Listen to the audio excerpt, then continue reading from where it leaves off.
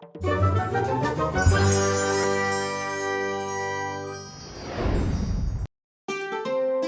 TV Dussehra. एक गांव में रमेश नाम का आदमी रहता था। उसकी पत्नी और 2 बच्चे थे। रमेश उस गांव का सबसे अमीर व्यक्ति था। दादा परदादा के जमाने से उस गांव के जमींदार थे। रमेश हर साल दशहरा बहुत धूमधाम से मनाता था। दुर्गा की मूर्ति रखकर नवरात्रि की पूजा करके पूजा में उपस्थित सभी लोगों को दान के रूप में कपड़े बांटता रहता था। ऐसे वो एक बार दुर्गा माता की मूर्ति रखकर गांव में सभी लोगों को साड़ियाँ कपड़े बांट रहा था। गांव में सभी लोग एक लाइन में खड़े रहकर रमेश के दिए हुए कपड़े ले रहे थे। गांव के सभी लोगों को नाम से पुकारकर एक प्यारी सी मुस्कुराहट से सभी लोगों को तोहफे बांट रहा था। ऐसे सुशीला नाम की औरत आकर कपड़े ले रही थी कि सुशीला, तुम्हारा बेटा है? हाँ मालिक, शीनू मेरा बेटा है। क्या पढ़ रहा है? 10वीं हुई है मालिक, लेकिन अभी पढ़ाई छोड़कर मजदूरी के लिए जा रहा है। ये क्या, पढ़ाई क्यों छोड़ दी? पढ़ाई करने की अगर इच्छा भी है तो पढ़ाने की हैसियत होनी चाहिए ना मालिक, इसलिए छुड़वाकर काम पर लगा दिया। हैसियत नहीं इसीलिए बेटे की पढ़ाई रोक दोगी? वही पढ़ाई उसे कल एक अच्छा दर्जा देगी। वही पढ़ाई कल उसे एक अच्छी ऊंचाई पर ले जाएगी। बच्चों की पढ़ाई नहीं छोड़नी चाहिए, चाहे कितनी भी तकलीफ हो। उसकी पढ़ाई के लिए जितना भी खर्च होगा हमारे दीवान के पास से मैंने कहा ऐसा कह कर लो। जी मालिक। ऐसे दोनों हाथ उठाकर जोड़ती है। शीनू भी रमेश के पैरों पर गिरता है। रमेश शीनू को उठाकर अच्छे से पढ़ाई करके तुम्हारी माँ का और इस गांव का नाम रोशन करो, ऐसे बोलकर भेजता है। ऐसे रमेश गांव में सभी लोगों की मदद करता। हर साल दशहरा आते ही गांव में धूमधाम से त्योहार मनाता। इतने पैसे हैं कि बैठकर खा सकते हैं, इसलिए हर साल दान धर्म करने की वजह से उसके सारे पैसे और जायदाद खत्म हो जाते हैं। दिन गुजरते गुजरते उसके बच्चों को पढ़ाने के लिए, उन्हें खाना देने के लिए भी बहुत तकलीफ था। ऐसे रमेश एक दिन अपनी पत्नी जानकी से, सभी को दान धर्म करने वाला हाथ है ये, अब ऐसे खाने के लिए तड़प रहे हैं। घर के सामने अगर कोई मदद मांगने के लिए आए तो क्या करना है वो भी नहीं समझ आ रहा। हाँ जानकी, सारी जायदाद बेच दी, अब क्या करे बताइए। हमें जहाँ कोई नहीं जानता उस जगह जाकर कोई काम कर लेंगे। हम हमारे बच्चों को पढ़ाएंगे, ऐसे कहता है। वो बात सुनकर जानकी भी चुप हो जाती है। सोचने के अनुसार एक रात गांव छोड़कर बस्ती आ जाते हैं। बस्ती में रोड के बगल में एक झोपड़ा बनाकर वहाँ रह रहे थे। रमेश मिस्त्री के पास मजदूरी के काम के लिए जा रहा था। जानकी सब्जियां बेच रही थी। ऐसे दोनों एक एक काम करके अपने परिवार को संभाल रहे थे। ऐसे दिन गुजर रहे थे। एक दिन रमेश को कुछ सोचता देख जानकी रमेश के पास आकर, क्या हुआ, ऐसे क्यों बैठे हैं? दशहरा आ रहा है, हमेशा इसे धूमधाम से मनाकर गांव वालों को कपड़े बांटा करते थे और अभी हम ऐसे हैं। वो हमारी किस्मत है। और क्या हुआ, हमारे पास जितना है माता की मूर्ति को हमारे झोपड़े में ही रखकर जितना हो सके उतना अन्नदान करेंगे, ऐसे कहती है। वो बात रमेश को भी पसंद आती है, तुरंत हाँ कर देता है। एक छोटी सी माता की मूर्ति रखकर त्योहार मना रहे थे। जानकी खाना बनाकर खाने के लिए तड़प रहे हर एक इंसान के पास खुद जाकर खाना देते हैं। ऐसे दिन साल गुजरते हैं। एक दिन रमेश काम पर जाता है।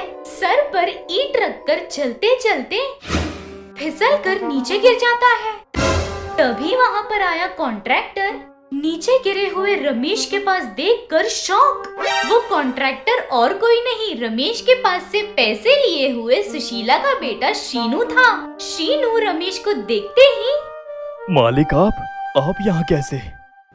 रमेश पानी पीकर थोड़ा सही होने के बाद शीनू को देखकर, तुम हो शीनू, कैसे हो? मैं तो ठीक हूँ जी, लेकिन आप यहाँ कैसे? मेरी नौकरी लगने के बाद आपको बताने आया था मैं। लेकिन जब तक वहाँ पहुँचा तो आप गांव छोड़कर जा चुके थे। आपको मैंने बहुत ढूंढा जी, लेकिन आप कहीं दिखाई नहीं दिए। ऐसे कहते ही रमेश अपनी सारी परिस्थिति बताता है। सब सुनकर शीनू उदास होते हुए 100 लोगों की मदद करने वाला हाथ, आपको ऐसे ईंट उठाकर मेहनत करने की कोई भी जरूरत नहीं। मैं ऐसा हूँ इसकी वजह आप ही हैं। आइए, मैं आपका ख्याल रखूंगा। नहीं, मैं ऐसा हूँ ऐसा किसी को मत कह देना, यही मेरी सबसे बड़ी मदद होगी। नहीं मालिक, आप मेरे साथ आइए। अगर ऐसे ही आना पसंद नहीं है तो एक बिजनेस पार्टनर की तरह आइए। मैं होटल लगाता हूँ, आप वहाँ काम कीजिए। पैसे डालने के लिए मैं आधा, काम करने के लिए आप आधा ले लीजिए। ये मदद तो मुझे करने दीजिए ना। ऐसे कहता है। रमेश मना नहीं कर पाया।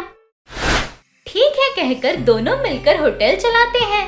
होटल पर भी शीनू और रमेश नाम रखते हैं। जानकी और रमेश दोनों उस होटल में सारे काम करते। कुछ ही दिनों में वो होटल बहुत डेवलप हो जाता है। जानकी के खाने के लिए बहुत गिराकी आती। दोनों बहुत मेहनत से अपने बच्चों को पढ़ा रहे थे। दिन गुजर रहे थे। कुछ ही समय में रमेश पहले जैसे हो जाता है। ऐसे एक दिन जानकी, इस दशहरा पे गांव जाने का सोच रहा हूँ, क्या कहती हो? आपकी बात मैंने आज तक टाली है। हाँ बिल्कुल जाएंगे, कहती है। सोचने के अनुसार त्योहार के 2 दिन पहले गांव जाते हैं। गांव में सभी लोग रमेश को देखकर बहुत खुश होते हैं। रमेश माता की मूर्ति रखकर 9 दिन तक पूजा करवाता है। गांव में कपड़े भी बांटता है। त्योहार खत्म होने पर फिर से बस्ती आकर अपना होटल संभाल रहा था। ऐसे हर साल दशहरा पर गांव जाकर त्योहार को धूमधाम से मनाकर त्योहार खत्म होने पर आकर अपने काम में लग जाता। अपने स्वाभिमान को संभालते हुए जितना था उसी में बहुत ज्यादा खुश था वो। दशहरा क्यों मनाते हैं? एक गांव में शिवानी और सिद्धू नाम के भाई बहन रहते थे। उनके माता पिता पार्वती और शिव दोनों गांव में व्यापार कर रहे थे। शिवानी और सिद्धू दोनों मस्तीखोर थे। जब देखो तब कोई न कोई मस्ती करते हुए पार्वती को परेशान करते रहते। ऐसे एक दिन शिवानी स्कूल के लिए तैयार होते हुए अपने सोते हुए भाई से, ए, स्कूल के लिए देर हो रही है, उठ। ऐसे जितना भी उठाती सिद्धू नहीं उठ रहा था। शिवानी उसे न उठाते हुए रसोई घर में खाना बना रही अपनी माँ के पास आकर, माँ, मेरा टिफिन कहाँ है? हाँ दे रही हूँ। अच्छा भाई कहाँ है? वो अभी तक सो ही रहा है। अब तक सो रहा है? स्कूल नहीं जाएगा क्या? क्या पता क्या है? जाकर उठाओ। तुम ही उठाओ, जाओ माँ। शिवानी जाकर उठाओ बेटा। ऐसे बोल रही थी कि शिवानी गुस्से से वहाँ से जाती है। उसके वहाँ से जाते ही सिद्धू स्कूल यूनिफॉर्म में कंधे पर स्कूल बैग के साथ आकर, माँ, मैं स्कूल जा रहा हूँ। ऐसे कहता है। सिद्धू को देखकर पार्वती आश्चर्य होकर, तू सो रहा था ऐसे कहा दीदी ने? बोल दिया भूतनी ने। उसे मैं बिल्कुल भी पसंद नहीं हूँ माँ। जब देखो तुम्हारे सामने मेरा नाम खराब करती है। ऐसे बोलते ही शिवानी आकर भाई को देखकर शॉक, तू कब उठा रे? बस भाई सोया है, ये झूठ कहोगी? ऐसे कहती है शिवानी शॉक। नहीं माँ, जब मैंने देखा था वो सो ही रहा था, बुलाने पर भी नहीं उठा। सब झूठ है। नहीं सच। अगर ये सच होता तो मुझे कमरे में होना चाहिए था। स्कूल के कपड़े में क्या कर रहा हूँ मैं? ऐसे दोनों झगड़ा कर रहे थे कि पार्वती गुस्से से, अब बस करो, कल हम नानी के यहाँ जा रहे हैं, वहाँ भी ऐसे ही झगड़ा करेंगे। अगर ऐसे ही झगड़ा करोगे तो तुम दोनों को नहीं ले जाऊंगी मैं। ऐसे कहते ही दोनों समझदारी से, नहीं माँ, बिल्कुल नहीं झगड़ेंगे, हमें भी ले जाओ। अच्छा अब स्कूल जाओ दोनों। अच्छा तो हम नानी के यहाँ क्यों जा रहे हैं माँ? दशहरा के लिए बेटा। अरे दशहरा? हाँ। दशहरा हम क्यों मनाते हैं माँ?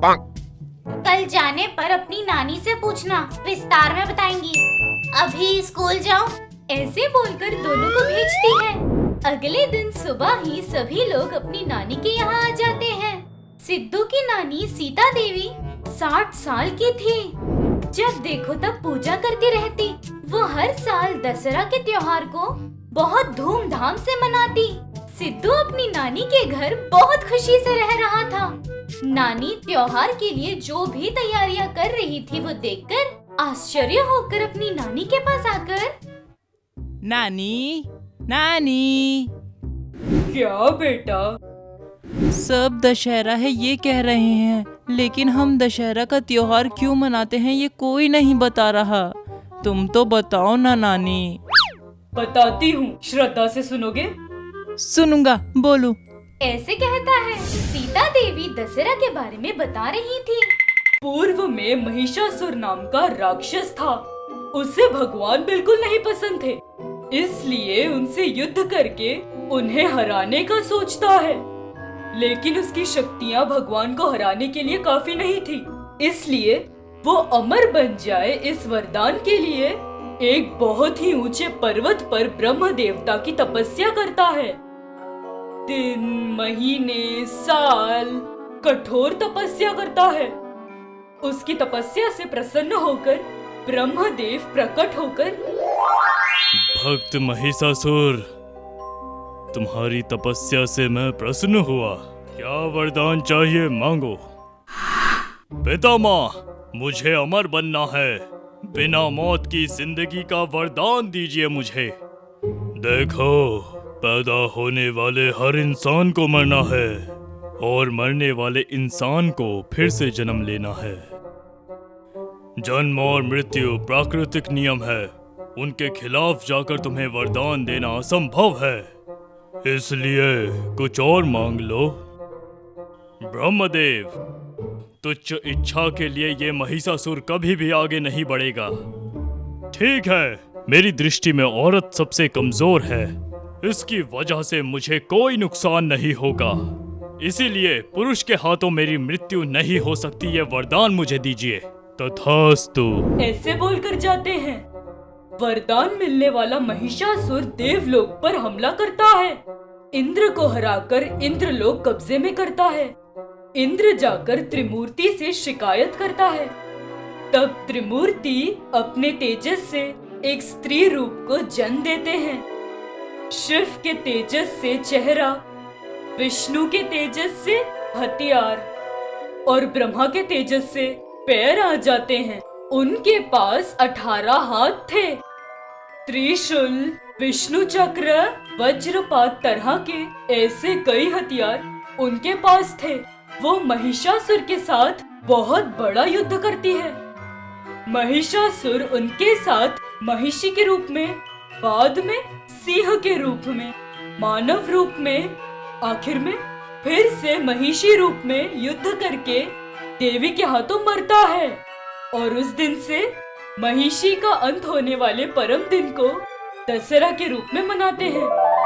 अलग अलग जगह पर अलग अलग तरह से दशहरा मनाते हैं बेटा। मैसूर में तो चामुंडेश्वरी देवी को हाथी पर गांव घुमाते हैं। कलकत्ता में तो 9 दिन तक देवी की पूजा करते हैं और 10वें दिन कालिका देवी को पूजते हैं। तेलंगाना में दशहरा के पहले 9 दिनों तक बतुकम्मा मनाते हैं। बतुकम्मा मतलब गौरी देवी। ये दशहरा सबका त्योहार है। कुछ जगह पर रावण के पुतले को भी जलाते हैं।